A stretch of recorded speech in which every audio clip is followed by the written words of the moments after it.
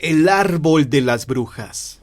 Cuentan que por el Cerro del Judío en la Ciudad de México en años de la colonia, circulaba una leyenda sobre una señora que decía ser bruja.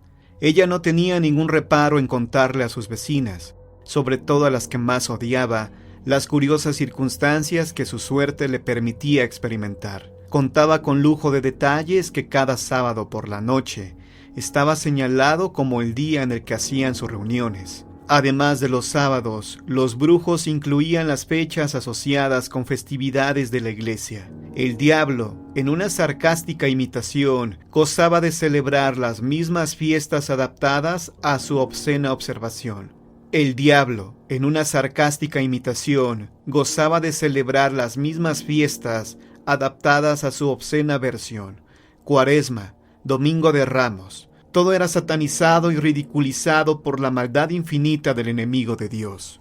Decía la bruja que para poder reunirse con sus hermanas y hermanos, se untaban el cuerpo desnudo unos ungüentos hechos con grasa de difunto, entre otras horribles cosas que el mismo diablo le había enseñado a fabricar, que luego trepaba a un árbol ubicado en el jardín de su propiedad y que desde ahí rezaba extraños cantos de invocación a los demonios. Entonces su cuerpo se alzaba como si tuviera alas o lo llevaran volando unos murciélagos gigantes. Flotaba por los cielos bajo el aspecto de una sombra que nadie podía percibir, volando con una velocidad impresionante, para después aterrizar en una colina apartada de las casas. En dicho lugar comenzaba una ceremonia, donde a manera de la Santa Misa, el demonio se situaba frente a sus feligreses, y con la ayuda de algunos diablos, vestidos a manera de monaguillos, oficiaba una misa negra, donde exhortaba a todos los presentes a pecar con tanta frecuencia como les fuera posible, hacer el mal cada vez que tuvieran la oportunidad de hacerlo, pecar, odiar, lastimar, acusar, atacar, envidiar, embrujar, enemistar, y hasta quitarle la vida a todos aquellos que pudieran ofender y maldecir a la menor provocación. Bajo juramento de un paraíso mejor que el de Dios, el diablo prometía a sus adeptos riquezas y poder en esta vida. Interrumpía la misa para que cada uno de los asistentes pasara y besaran sus mejillas, así como el pie, la mano y el costado izquierdo, repitiendo todo el tiempo las oraciones de su fe, que eran todas obscenidades y maldiciones. Dicha ceremonia comenzaba a las 10 de la noche y terminaba antes del primer canto del gallo. Justamente cuando la neblina comenzaba a desaparecer y la mañana ya se empezaba a asomar en el horizonte, los brujos y brujas regresaban a sus hogares a dormir, para después preparar sus malignos planes de noche. Contaba la bruja que cuando alguien era iniciado en la fe satánica, era el mismo demonio el que se acercaba al novato, y en una especie de credo lo hacía jurar y prometer obediencia y sumisión a su nuevo señor. Después Satanás marcaba el cuerpo del novato con alguna seña, que cuidaba de esconder cuidadosamente entre los pliegues de su carne, como signo único de su obediencia hacia el mal. Podía ser un lunar o bien una mancha de pelo muy negro como de animal. Tanto repetía la anciana las historias de los aquelarres, que un día una de sus vecinas dejó de pensar que eran inventos y se decidió a espiarla, en compañía de su esposo, una noche de sábado. ¿Cuál sería su sorpresa al encontrar en aquella noche de luna llena a la anciana trepada en la rama más alta del árbol de su jardín? Estaba despegando sus pies y desapareció repentinamente enfrente de sus narices y con toda la claridad que les daba para ver la luz de la luna. Enseguida avisaron a las autoridades alarmados y a la mañana siguiente la mujer ya estaba siendo procesada. Una vez que se dictaminó que la bruja tendría que ser ahorcada y quemada, dicen los que presenciaron aquello, que antes de fallecer, lanzó una carcajada al aire creyendo que sería rescatada por su amo. Cuentan también que después de su fallecimiento, los vecinos intentaron quemar ese árbol en su jardín para impedir que otra bruja lo utilizara, pero en vez de ser consumido por las llamas, aparecieron las huellas descalzas de aquella mujer como iluminadas por las llamas del infierno, evidenciando el pacto que la hiciera perder su alma inmortal entre las garras de Satanás. El camino real. En provincia suele oscurecer más temprano, debido a que casi no hay postes de luz. Los habitantes de los pequeños pueblos deben aprovechar mientras el sol los ilumine para hacer sus quehaceres e incluso regresar a sus casas. Después todo se vuelve oscuridad y penumbra entre los viejos caminos que comunican un pueblo con otro. Cuentan por aquí que Columba, una muchacha joven e incrédula de un pueblo escondido en las faldas de los cerros del Estado de México, decidió ignorar las advertencias de su madre. Muy temprano salió de su casa con su pequeña hermana en brazos. Se dirigía a la plaza municipal para vender flor de calabaza, requesón y otras cosas. Ahí estuvo todo el día. La jornada fue larga y poco productiva, pues no había vendido casi nada. Sus hermanitos tenían que comer y no podía regresar sin nada entre las manos. Se quedó un poco más después de que el resto de los vendedores alzaran sus mercancías, así que mientras unos ya estaban casi de regreso en sus casas, ella apenas recogía su puestecito para ir encaminándose a la salida del centro. Ya estaba atardeciendo y dentro de poco oscurecería. La costumbre entre los habitantes del pueblo obligaba a la muchacha a caminar de regreso a casa antes de que el anochecer la sorprendiera. Pero Columba prefería ignorar las historias de brujas y aparecidos que contaban las ancianas con el fin de atemorizar a los jóvenes, ya que para ella no eran más que chismes y habladurías. Ya de regreso, para cortar camino, debía atravesar el camino real entre magueyes y árboles, un sendero bastante solitario. Estaba junto a un terreno pedregoso y húmedo, el único de la zona. Por lo mismo, los árboles eran grandes e imponentes, y la sombra, incluso a plena luz del día, obstaculizaba la visión de la mirada más aguda.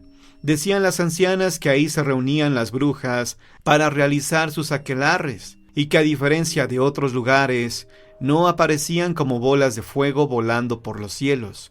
Sencillamente aparecían entre risas estruendosas y alaridos horribles. Se contaba que estas brujas eran mujeres maliciosas y amargadas, que jamás habían podido concebir ni formar una familia, y por lo mismo habían enloquecido y cometido horribles crímenes contra todo el pueblo.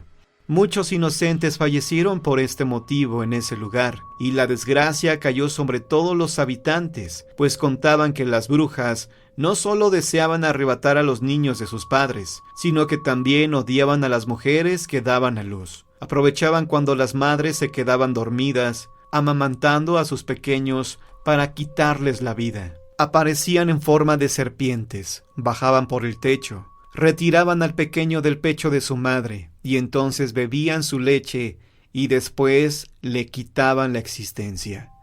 Iba Columba recordando todas estas historias cuando llegaron a la entrada de su pueblo, y notó que el sol ya había desaparecido en el horizonte. El camino oscurecía más a cada paso. De pronto, sintió como la pequeña se le resbalaba de entre los brazos.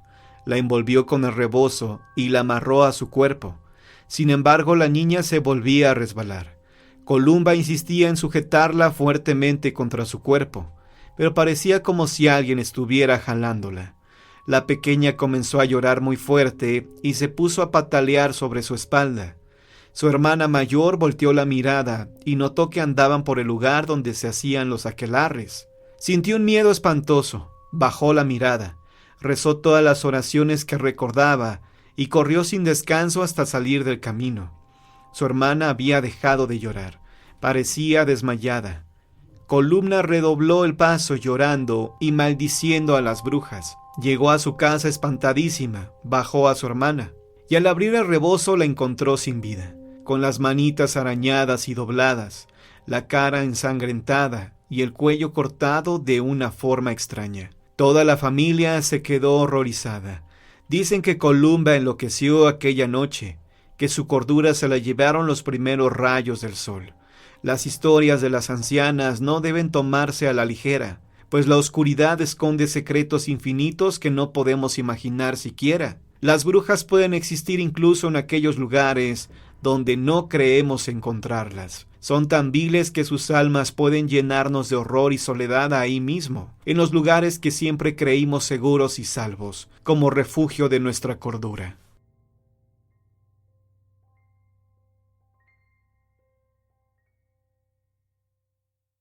Existen casas que al poco tiempo de estar viviendo en ellas, se sienten la presencia de sus antiguos inquilinos. Esto provoca una sensación extraña que se apodera de nosotros y no nos permite sentirnos cómodos. No sabemos por qué, ni qué fue lo que ocurrió ahí, pero algo nos advierte que estamos en un lugar cargado de malas vibras, o incluso que nuestras vidas corren peligro. Carlos Arcobedo, originario de Mérida, Yucatán, me contactó para narrarme la siguiente historia, que ocurrió en su familia varias generaciones atrás. Un caso espeluznante que a pesar del tiempo sigue vigente, pues en el lugar donde ocurrieron los hechos, aún se siente la presencia de una de sus tristes protagonistas. Cuando mis papás se casaron, como suele ser cuando las familias comienzan y aún no forjan un patrimonio, comenzaron a vivir en una casa prestada de la familia. A cambio debían cuidar a un tío de mi papá que vivía ahí, un hombre mayor. La casa se encuentra en uno de los barrios más antiguos de la ciudad, construido por los españoles en el barrio de San Sebastián. La casa era amplia, de techos altos y puertas amplias. Llegué ahí cuando tenía 4 años de edad. Recuerdo que pese a ser una casa con un patio enorme, prefería jugar en la calle, algo raro para un niño pequeño. Recuerdo que en el patio mi madre cuidaba unos rosales que no florecían, plantas que mi tío se negaba a cortar, y pese a los intentos de mi madre, nunca logró y hasta la fecha que brotaran rosas. En aquel momento, Carlos, siendo un niño, no entendía por qué no le agradaba jugar en el patio de la casa, pues a pesar de que éste era grande, prefería salir y divertirse en la calle. Al igual era un misterio el por qué ese rosal no florecía a pesar de los cuidados de su madre. Era común que nos quedáramos sin luz, ya que el cableado era muy viejo, y varias veces llegamos a cenar con un quinqué. En esas ocasiones me daba mucho miedo cenar en la cocina, ya que no había puerta hacia el patio, y tenía la sensación de que una niña de cabello largo me observaba desde la oscuridad del patio. Nos mudamos, pasaron los años, y de alguna que otra vez regresamos a aquella casa. Pese a la nostalgia de vivir en ese bonito barrio, siempre persistía en mí esa incomodidad de estar en el patio. Pasó el tiempo y mi madre un día me contó una historia que mi tío le relató. Después de eso entendí por qué nunca me gustó el patio. La historia que le narró su madre a Carlos era perturbadora, incluso difícil de creer, pero esto fue lo que pasó en ese patio varios años atrás. Increíble que después de tanto tiempo siguiera incomodando a las personas que ahí vivían. Esto sucedió 2 o 3 generaciones atrás en mi familia de parte de mi papá. Quizás serían los abuelos de mis abuelos. En esos días la casa era dirigida por una abuela muy estricta. Prácticamente era un matriarcado. Ella tenía la última palabra en las decisiones del hogar.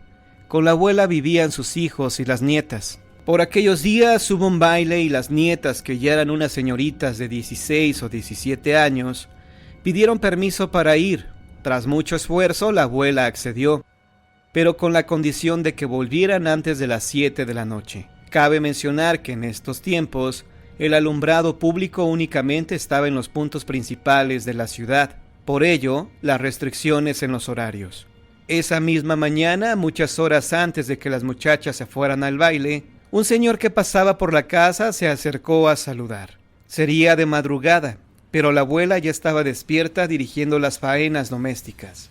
El señor, de apariencia de campesino, pidió que le regalaran un vaso con agua, y además que le guardaran un costal que traía y que pesaba mucho. La abuela le invitó a pasar a la sala. Eran otros tiempos, no había tanta desconfianza como ahora. Le dio el agua y le dijo que ahí podía dejar el costal que llevaba. Cuando este hombre estaba por retirarse, se detuvo enfrente del cuadro de una de las nietas, a la cual llenó de halagos. «¡Pero qué bonita hija tiene!».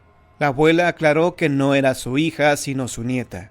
El hombre de nuevo hizo un comentario sobre la belleza de la muchacha y se retiró. Transcurrió el día con normalidad. Llegó la hora de comer, y como el señor no había regresado aún por su costal, la abuela ordenó que lo sacaran al patio, que ya luego que regresara el campesino se lo darían.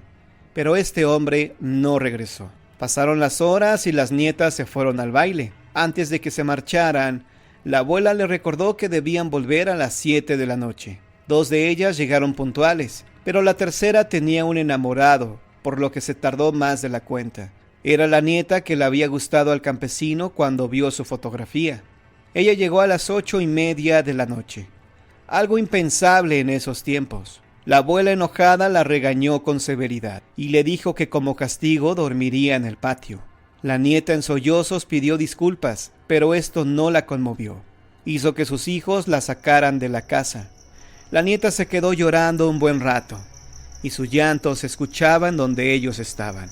En esa casa tenían la costumbre que después de cenar, a las 6 de la tarde, tomaban una taza de chocolate antes de dormir.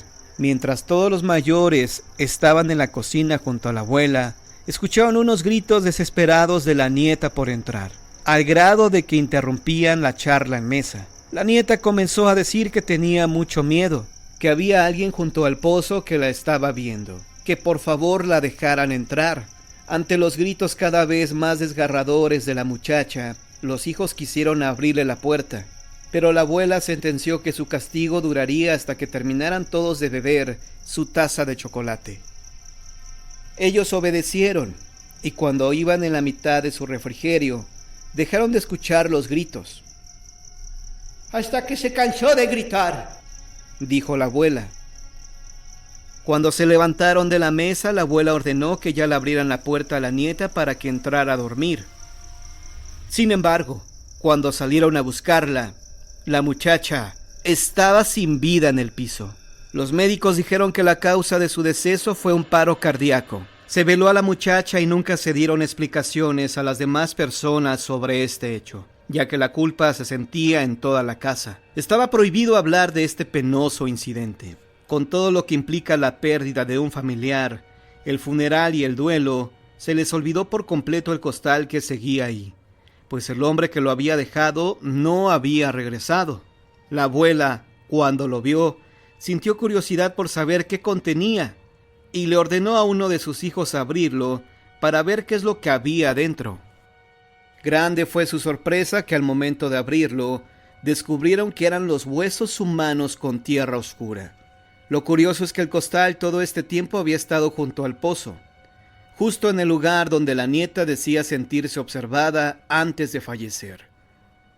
La teoría que tenemos es que el campesino era en realidad un brujo, que cuando vio a la muchacha le gustó y se la llevó.